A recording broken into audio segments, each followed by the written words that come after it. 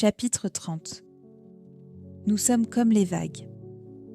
Après quelques jours, Emma n'a plus besoin de ses béquilles. Mélanie et sa mère l'emmènent voir la mer. Elles sont assises toutes les trois au bord de la plage.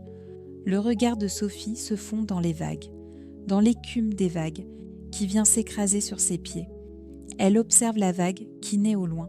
C'est une toute petite partie de la mer qui devient vague en fait, avec un mouvement autonome. Relativement autonome quand même, car la vague fait toujours partie de la mer. L'image lui rappelle ce que disait Lucas à propos de l'énergie créatrice, la source, la force qui construit et fait évoluer ce monde à chaque instant.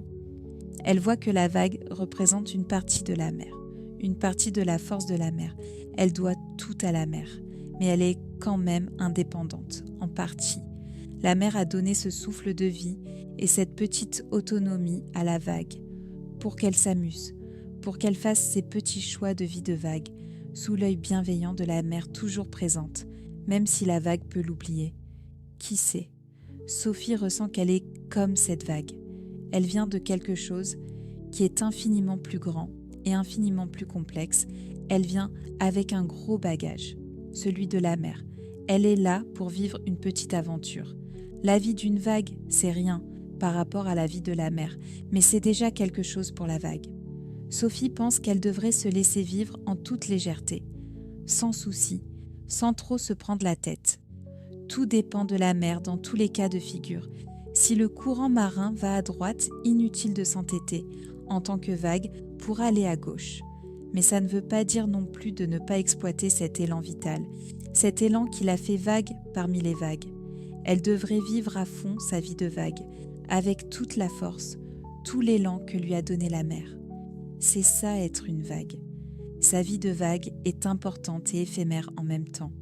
Importante pour elle, éphémère pour la mer. La mer de toutes les vagues. Toutes les petites vies de vagues sont importantes pour la mer, car celle-ci est un ensemble de vagues en fin de compte, des vagues qui se renouvellent à chaque instant, à l'infini ou presque.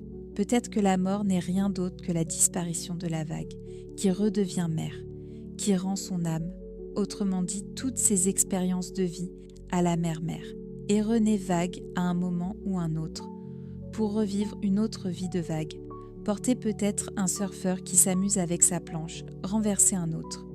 Qui sait ? Sophie se sent plus légère, on dirait que la mer lui parle, elle sent qu'elle lui a transmis une grosse quantité d'informations. Elle se sent mieux à chaque fois qu'elle vient écouter les vagues, elle se sent apaisée sans trop savoir pourquoi. Le mythe des sirènes sur cette plage n'est pas si farfelu que ça. Peut-être que des sirènes viennent expliquer tout ce qu'elle vient de comprendre aux pêcheurs. C'est peut-être le secret de leur inconditionnelle joie de vivre, leur bonne humeur et leur zénitude.